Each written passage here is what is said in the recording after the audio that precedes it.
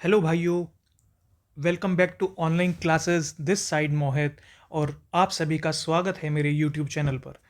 इस वीडियो में हम डिस्कशन करने वाले हैं दिल्ली पुलिस AWO TPO की एक्सपेक्टेड कट ऑफ का। साथ ही साथ हम इसमें डिस्कस करेंगे कौन सी शिफ्ट टफनेस लेवल पर सबसे ऊपर थी और कौन सी शिफ्ट सबसे ईजी थी।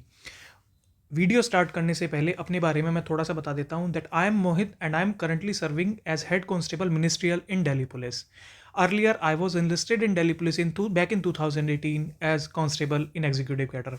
Meanwhile, I got many jobs, and there was a reason which I have already discussed in my video. तो ये इस पर मैं नहीं जाऊँगा, इसको अलग करते हैं। हम फोकस करते हैं आज की वीडियो में। इससे पहले मैंने SCM की वीडियो अपलोड कर दी है अपने चैनल पे। जिसने अभी तक नहीं दी है और देखी है और जिसने SCM का पेपर दिया है तो वो उस वीडियो को ज़रूर देखे।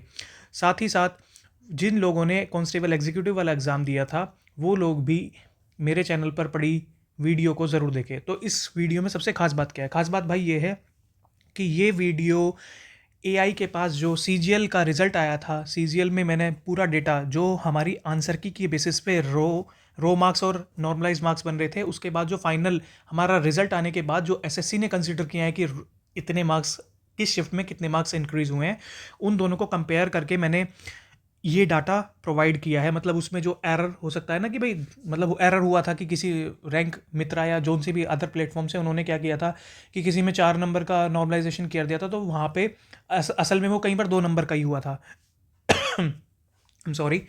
तो ये मैंने डेटा AI से अच्छे से जनरेट कराने के बाद ये कट ऑफ जनरेट किए। मैंने पहले SCM में भी सेम काम किया था और जिसकी भी कट ऑफ मतलब मुझे लगता है ऑलमोस्ट बहुत रियलिस्टिक रहने वाली है, और एग्जीक्यूटिव कैडर वाले भी मैंने सेम किया था। अब हम इसमें डिस्कस करेंगे। देखो, हम फेज़ वाइज चलेंगे। पहले हम वैकेंसीज़ को कंपैरिजन करेंगे, पिछली बार क्या फैक्टर्स थे जिनकी वजह से कट ऑफ कितनी रही और इस बार कितनी कट ऑफ हो सकती है। तो ये सारी चीज़ें हम लोग डिस्कस करने वाले। डिस्कस करने से पहले आप दिल्ली पुलिस का लोगो देख लीजिए।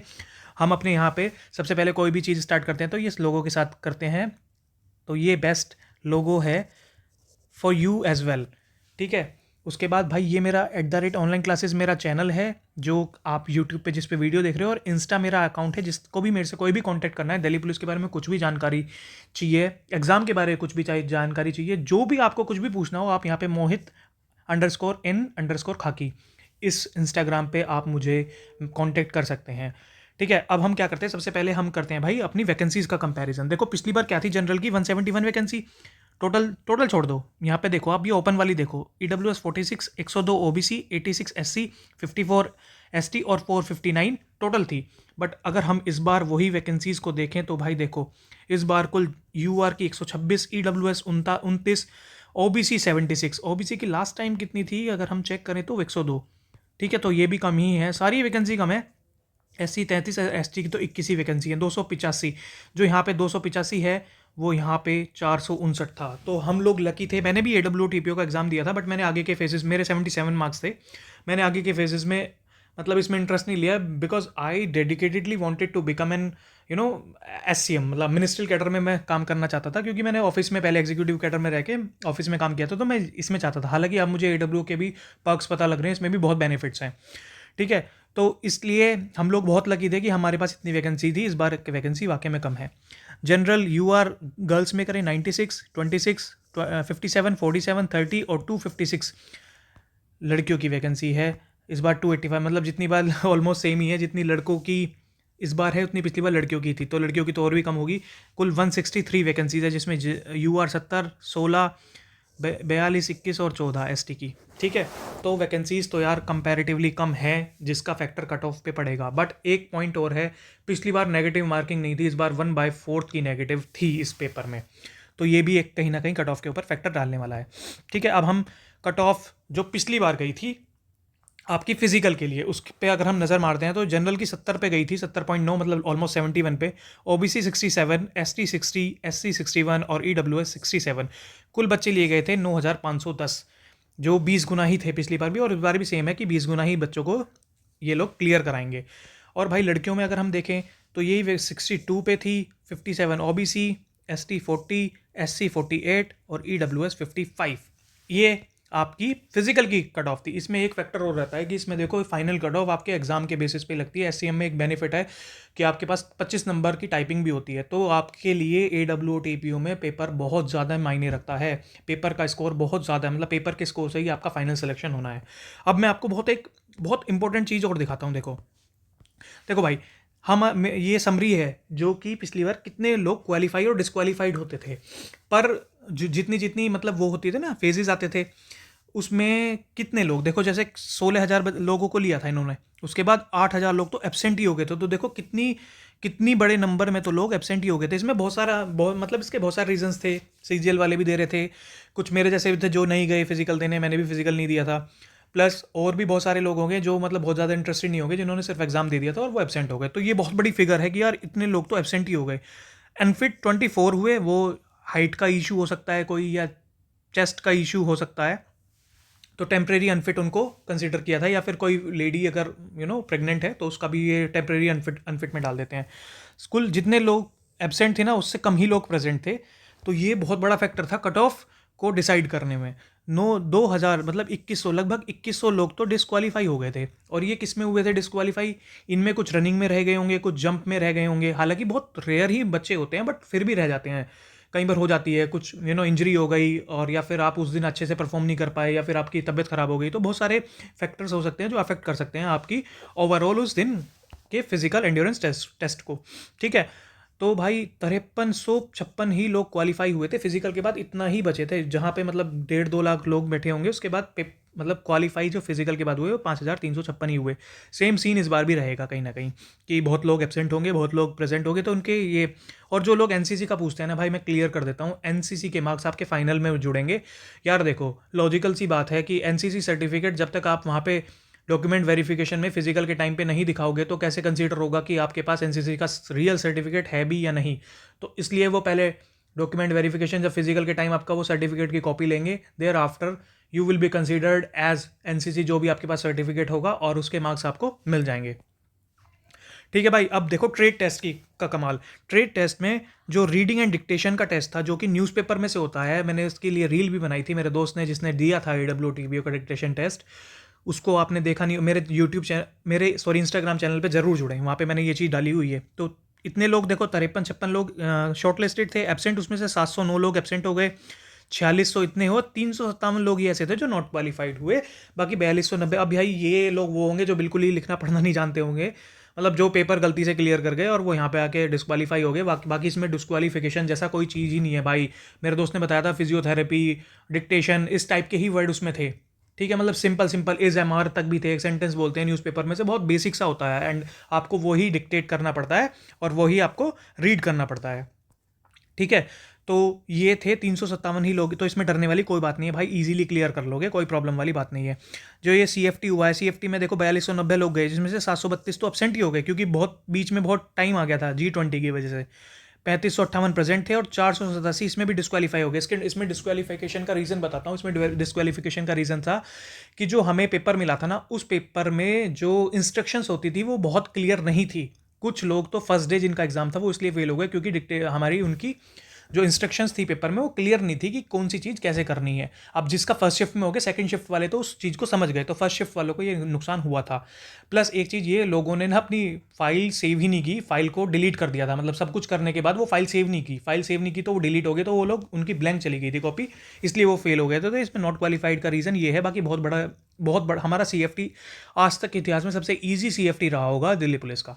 ठीक है, 3071 लोग इसमें क्वालिफाई हुए जिनकी फाइनल मेरिट बनी थी। अब बाकी ये मैंने आपको सारा डेटा इसलिए समझाया ताकि आप ये चीज़ देख सकें कि आगे आगे जो आपके फेजेस आने हैं अपने इस मतलब इस नौकरी को लेने के लिए, जो जो आपको स्टेजेस पे से होकर गुजरना है, उसमें क्या क्या आपके साथ चैलेंजेस आ सकते हैं। पिछले साल कितने लोगों को उसमें डिस्क्वालीफाई किया गया था, इसलिए कहा था मैंने ये। ठीक है, अब भाई देखो टोटल वैकेंसी अगर सारी कंप्लीट करके देखें तो इतनी है 20 टाइम्स, तो मतलब 11,040 लगभग कैंडिडेट होंगे। पर इसमें से जो अगर हम वो डिपार्टमेंटल और ये सब निकाल के करते तो 8 से 9,000 लोगों का ही डेटा होगा जो हमें सेलेक्ट होंगे अभी फिजिकल के लिए। ठीक है, हमारे पास जो डेटा था 35,000, मतलब 40,000 के करीब था। इसने थोड़ा गलत लिख दिया है मेरे से, 40,000 के करीब मेरे पास डेटा था। 3 लाख कुछ 32,000 बच्चों ने शायद फॉर्म किया था, और वही 40% के आसपास कट ऑफ रही होगी। तो वही लगभग मैक्स टू मैक्स 1.5 लाख लोगों ने ये पेपर दिया होगा मेरे हिसाब से तो। ठीक है, बाकी RTI का जो कुछ आएगा तो बता दूंगा। ठीक है, तो इस बार इक्वी परसेंटाइल मेथड लगा हुआ है, क्योंकि भाई पहले क्या होता था, मार्क्स सिर्फ इंक्रीज़ होते थे, अब क्या होने लगा है, मार्क्स इंक्रीज़ भी होते हैं और डिक्रीज़ भी होते हैं, ताकि बहुत ज़्यादा कट ऑफ में मतलब जो कट ऑफ बहुत ज़्यादा एकदम एकदम से सर्ज कर रही थी ना, तो उसके लिए इन्होंने ये SSC ने न्यू फॉर्मूला इंट्रोड्यूस किया है। ठीक है भाई, अब हम देख लेते हैं शिफ्ट वाइज की कौन सी शिफ्ट सबसे ज़्यादा टफ थी। तो सबसे ज़्यादा टफ थी 20 जनवरी की शिफ्ट 1, जिसका 53.9 एवरेज मार्क्स बना है, जो हार्डेस्ट होती है। इनके 5 से 7 मार्क्स पक्का बढ़ेंगे, तो ये लोग भाई निराश ना हो। अगर आपके नंबर थोड़े कम भी हैं, 63-64 तक भी हैं जनरल में, तो आपके चांसेस हैं that you will qualify the cut off for physical endurance test. उसके बाद भाई आगे का तो बाद में देखेंगे, पहले अभी यहाँ इस फेज से तो निकलो। उसके बाद 20 जनवरी शिफ्ट 2 54 पॉइंट्स, इतना ये हार्ड में आ गई, इसके 4 से 5 नंबर बढ़ने के चांसेस पूरे पूरे हैं। ये मॉडरेट में है। 16 जनवरी की शिफ्ट 1 3 से 5 मार्क्स इसमें बढ़ सकते हैं। 21 जनवरी की शिफ्ट 1 54 पॉइंट, इसका एवरेज इतना, ये भी मॉडरेट में है और इसमें 1 से 3 तक नंबर बढ़ सकते हैं।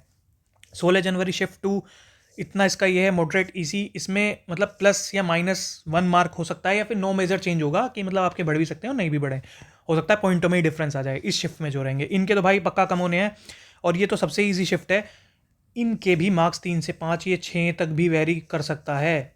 ठीक है, तो इतने आपके मार्क्स कम हो सकते हैं, तो इनको थोड़ा सा नुकसान होने वाला है। अगर आप सोच रहे हो 70 नंबर पे आप सेफ हो, तो भाई नहीं, आप गलतफहमी में हो।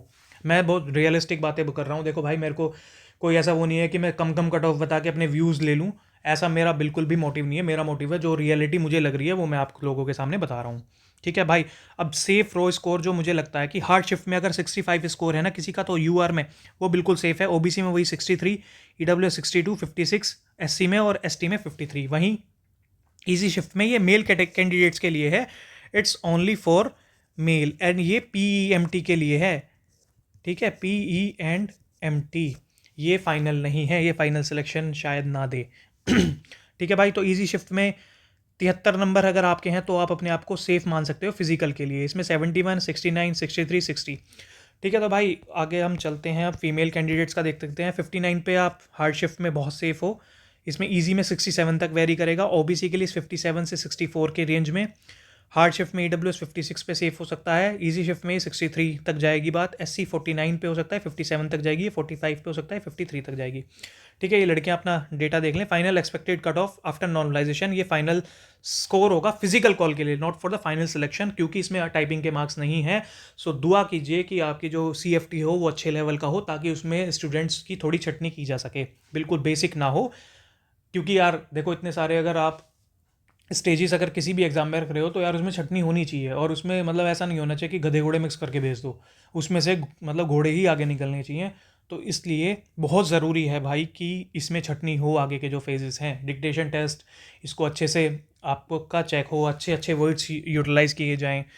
ठीक है, और प्लस CFT और टाइपिंग बहुत अच्छे से होनी चाहिए। तो भाई ये UR के लिए 70 से 73 तक रेंज कर सकती है नॉर्मलाइज कट ऑफ। जो 65, 64, 65 नंबर वाले भाई है ना आपके हार्ड शिफ्ट में, तो आपके इंक्रीज हो जाएंगे, नॉर्मलाइज हो जाएंगे, 70, 72 तक पहुंच जाएंगे, तो आप you will be in the list for the physical endurance test. Female के लिए वहीं 62 से 65, ये नॉर्मलाइज्ड है भाई। इसमें हो सकता है कि किसी के इजी शिफ्ट में 66 नंबर हो और उसका सिलेक्शन हो ही ना, तो इस फैक्टर को कंसीडर कर लेना। बाकी OBC में 68 से 70, 60 से 63 मैंने ऊपर बता दिया है सारा कि कौन सी शिफ्ट देखो हार्ड में आ रही है। इस हिसाब से आप ये यहाँ पे देख लेना अपने ये मार्क्स का, इसमें 1-2 नंबर का ऊपर नीचे होगा, बाकी ज़्यादा फर्क आएगा नहीं। फाइनल कट ऑफ आपकी लगभग इतनी रहेगी। और देखो पिछले साल और इस साल की कट ऑफ ऑलमोस्ट सिमिलर इसलिए जा रही है क्योंकि देखो पिछली बार एक तो नेगेटिव मार्किंग नहीं थी, इस बार नेगेटिव मार्किंग है। बट बहुत बड़ा रीज़न ये है कि इस बार वैकेंसीज भी तो कम है, पिछली बार वैकेंसी कंपैरेटिवली ज़्यादा थी। ठीक है भाई, तो ये 67, 69, 60, 62, 57 से 60 ST के लिए जा सकती है नॉर्मलाइज्ड। 59 से 62 SC, 52 से 54 ये गर्ल्स के लिए है, ये सारी गर्ल्स के लिए है। ठीक है, अब भाई आगे चलते हैं। तो भाई पैनिक मत करो, जिसके इजी शिफ्ट वाली 70+5 देखकर अगर खुश हो रहे हैं, तो हो सकता है कि नॉर्मलाइजेशन में गेम पलट जाए। CGL में बहुत अच्छे से हुआ है ऐसा।